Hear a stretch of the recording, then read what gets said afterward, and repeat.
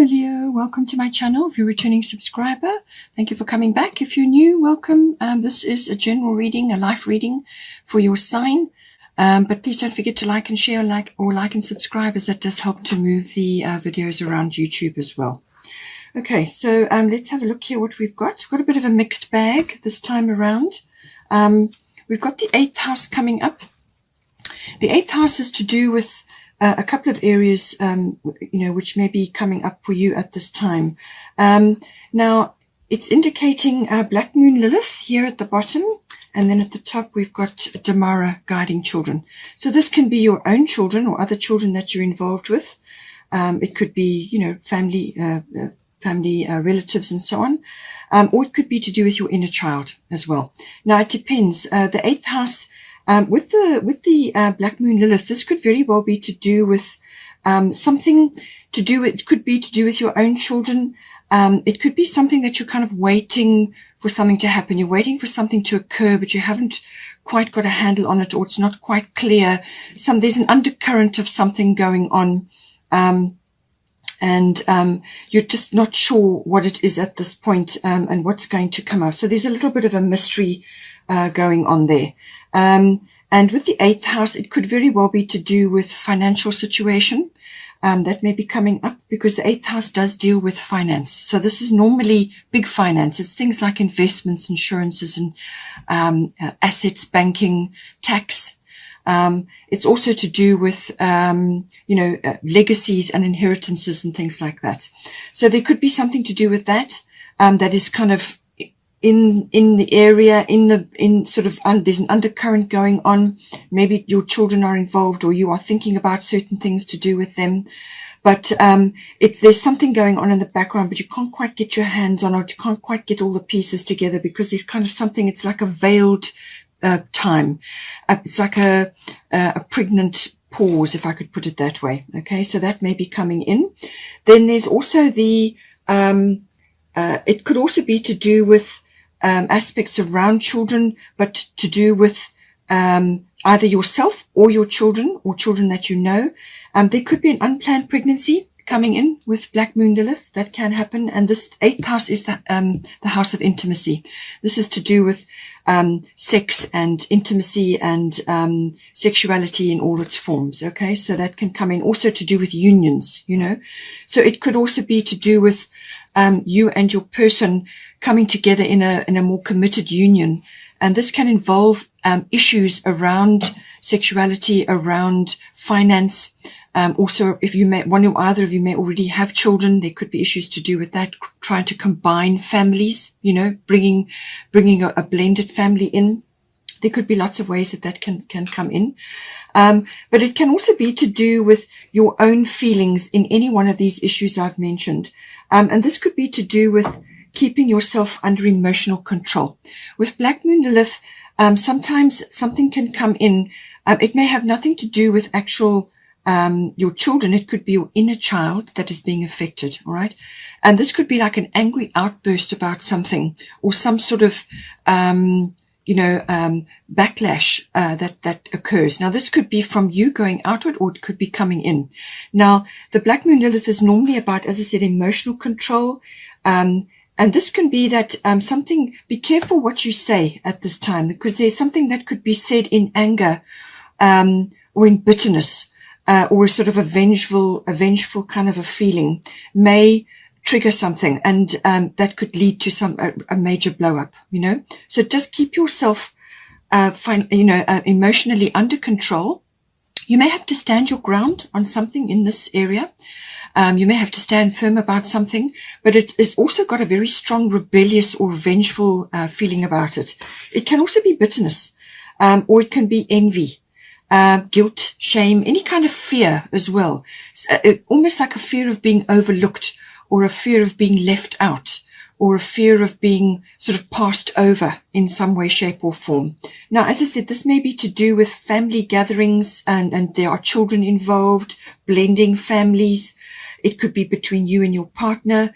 It could be in a financial matter. But Black Moon Lilith, that is the warning, just emotional control. As I said, there could be an undercurrent that you're picking up, or something is occurring, or you're waiting for something to come out. something that's going to pop out. But I feel just stay in your compassionate mode. We are entering the month of December, and there's a lot of family gatherings that occur at this time, and all sorts of things can come out. And with Black Moon Lilith, you're going to have to keep yourself on a, in your personal power, but not, letting loose, because it really could upset the apple cart quite significantly. You could have a massive blow up. So just be careful with that. But it could also be that you're just waiting for something to occur in this. But it may also be obviously just between you and your person. It could be an intimacy issue, something like that, or it could be an unplanned birth or pregnancy of some sort that may come in for you or your children. Take it as it resonates. It will be quite a big month. Because the 4th of December, there is a solar eclipse, and that is going to be in Sagittarius. That's a fiery energy, and you are a fire sign. So something could be said at that time, because Mercury is in the mix there, and so is Chiron. And Chiron is in Aries, also a fellow fire sign. And Chiron is retrograde, and Chiron is always about either, dealing with past wounds, or the past, or a deep emotional wounding, or some repetitive thing that keeps being suppressed until it gets dealt with. It can in some cases be like a medical mishap, or some kind of where you have to visit a health facility. But because it's conjunct Mercury, and I feel it's to do with something that is going to be said or discussed, or some exchange, could occur there. Then you've also got some more energy coming, and this will be Mars this time. And Mars is your will to fight, your action energy, your get things done and going after something. It's a very strong masculine kind of warlike energy. So 8th of December, there will be a bit of an issue between Mars and Jupiter. Jupiter is very expansive, and Jupiter rules Sagittarius, and that is the ruler of that solar eclipse. So I feel there's going to be something may be expressed, or you may be wanting to break free from something. And then also on the 14th of December, Mars will be going into Sagittarius. So again, there's that very expansive energy, or it could also be very opinionated energy. It can also be overboard, over the top, but it's a very expansive energy. It creates vision, so just see how that comes in. And then also there will be again a tight energy between 24 and 29 December, and those are all family celebration dates. So I feel this is going to come in somewhere in here. So stay in your compassion energy, keep yourself reined in, okay? And if there's any drama, just pull back. We'll get to that. There is also the Mary Magdalene unconditional love. Love yourself, others, and every situation, no matter what the outward appearances may be. Okay, so come back to this compassion and unconditional love, and that will help to move things along here without creating bottlenecks or explosive situations. Mary Magdalene, that unconditional love, that is giving love or support or whatever it may be, giving it outward to others and not expecting anything back in return. Okay, so just be in your compassion energy, see things through a compassionate eye, because everybody is struggling with something, especially now, and this time of the year can be quite an intense period. Okay, so just bear that in mind. We then also have the first house coming in. So now the first house is to do with yourself, your physical self, your physical body, but it can also be about where you're headed in this life. What is your vision for yourself? What are you aiming for? When you set sail, what direction are you going in? It's your outlook, it's your attitude, it's your obviously it's your self-image, but it's what you're projecting outwards to others, what they are seeing when they see you and what they're picking up from you. So it's also your expression, your opinions, and so on. It can also be a kind of like an awakening, coming into knowledge about something, self-awareness, and all of these factors may be coming in. So again, bear this in mind with this family situation or financial matters. Could be, as I said, could be pressing in on you as well, or it's affecting your children, or it's to do with an inner child issue, or intimacy issues or union issues, something to do with that. And the first house is your expression and what direction you're headed in this regard. Now we have got at the bottom water element sensing, and then at the top we've got a leap of faith. So I feel that there may be some things swirling around at this time, and with the water element sensing card, it can sometimes be a time when you just go within. You just go with the flow and let drama or any storminess pass over you. You just pull up your boundaries and go within and spend a lot of time reading, writing, anything creative or artistic is awesome. Meditation, dreaming, planning, resting, sleeping, because your energy, I feel, is going to be low. Okay. It's going to be low. And it's coming into your first house, which is your vitality and your life force and things like that. It's actually a preparation period, the water element. It's a time to just let things go over. Just go with the flow for now, but spend time on your own, in your own space, do a lot of self-care. And if you don't feel like attending a function or some kind of event or family thing, don't go. All right. Just stay in your space, in your place, and get busy with your own creative or artistic things, because that will bring you into the present moment, and it helps to connect you to higher consciousness and bring in self-awareness and awakening, which is important. Okay. And it will also help you to coalesce what it is that you're wanting to do going forward, because the water element card can be a pause before action. So this is like a preparation before you move ahead. So let things pass over you without interference. Don't intervene if something is occurring. Just let it go, especially if it's a family-related thing. And just go within and do your artistic or your creative things, your reading, your writing, self-care, sleeping, dreaming, planning, all of those things. And that will help you. You may just need to watch your boundaries as well, because obviously, again, things come in. You've got the unconditional love and you've got the compassion. So that's great. But don't allow others to take energy from you or take advantage of you while you are in this quieter, compassionate state of mind, Go within and enjoy that peace and quiet and just be in your own environment and your own artistic and creative things. And that will help you. It could even be musically related, meditation, yoga, whatever it is that you like to do, go retreat into that, because there's a preparation. I feel that you're preparing for something.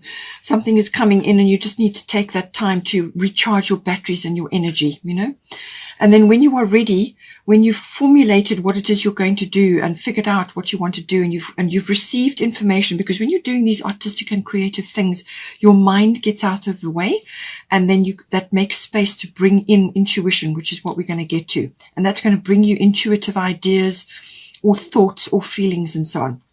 When you're ready, then we've got Orna, leap of faith. Okay, so take a risk and put your heart's true desire into action. I feel that you're formulating something, and this is going to determine the direction that you're going to go in. But there's a leap of faith required here. So don't be scared. Don't procrastinate. Don't suppress what it is that your heart truly wants. It's just saying that there's a risk involved here, and the 9th house can be about risk. There's something that you want to do, or something that you want to put your heart into, or it's something that you've long held in your heart, which is now knocking on your door again. It requires expression of some sort. Okay. And you may just need to put a few things in place. You may need to plan a few things. You may need to get your head around certain things, but when you're ready and when you get the go ahead, take this leap of faith. All right. And don't be afraid. You've also got endings and beginnings coming in here. So this is a big cycle shift or a change of some sort. And then you're going to see which direction it is you want to go in. But don't be afraid. Leap of faith. Orna is with you, and the universe is behind you, especially if you do this preparation and this going within, and that's going to help you a lot. You may also be stressing about finance. The 8th house, as I said, is about finance. You may just be waiting for something to fall, waiting for the other shoe to drop. That kind of feeling may be going on. And it could be financially related, because you've got 5 of autumn here as well. Now, this can be about, it can also be about attitudes or beliefs around lack, having a lack mentality or a poverty consciousness. If that is the case, then do everything you can to release that and let it go. It can also be unnecessary worry about things. It can also be, like wanting to move forward with something, but you need support or you need to ask for help. So it says here, reach out to others for assistance.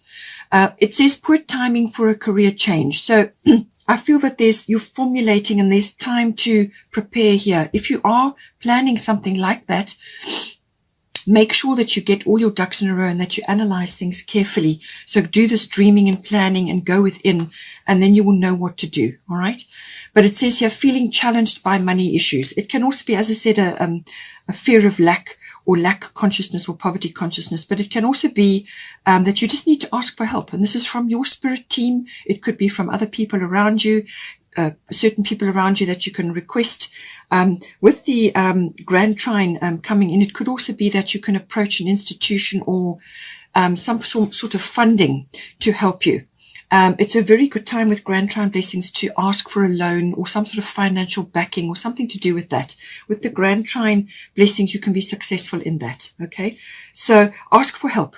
There's something or some facility available to you, and I feel you can do that. So don't be afraid to ask for help. Say a prayer beforehand, do your meditations, go within and get your planning, work things out, what it is that you want to ask for. This is the formulation before action. And then we've got the actual putting the nuts and bolts, the figures and the words together comes in as well.